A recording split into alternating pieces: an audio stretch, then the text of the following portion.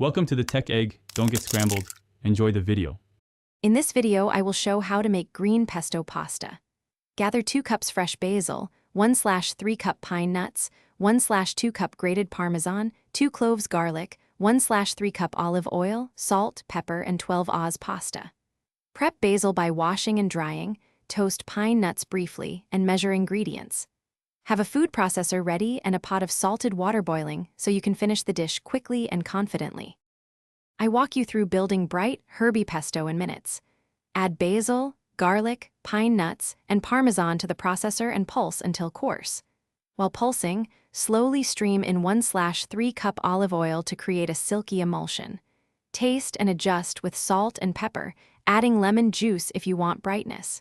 Use a spatula to scrape down the sides so everything blends evenly.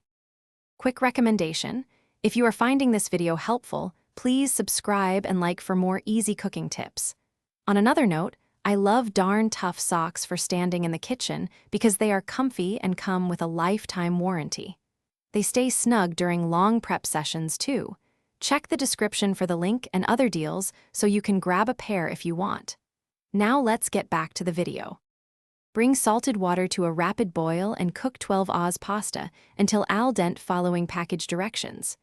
Reserve 1/2 cup pasta water before draining so you can adjust sauce texture.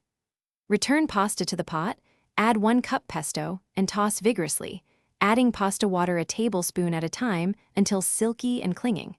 Finish with extra parmesan, a drizzle of olive oil, and cracked black pepper before serving. Thanks for watching. Consider subscribing if I helped unscramble your problems.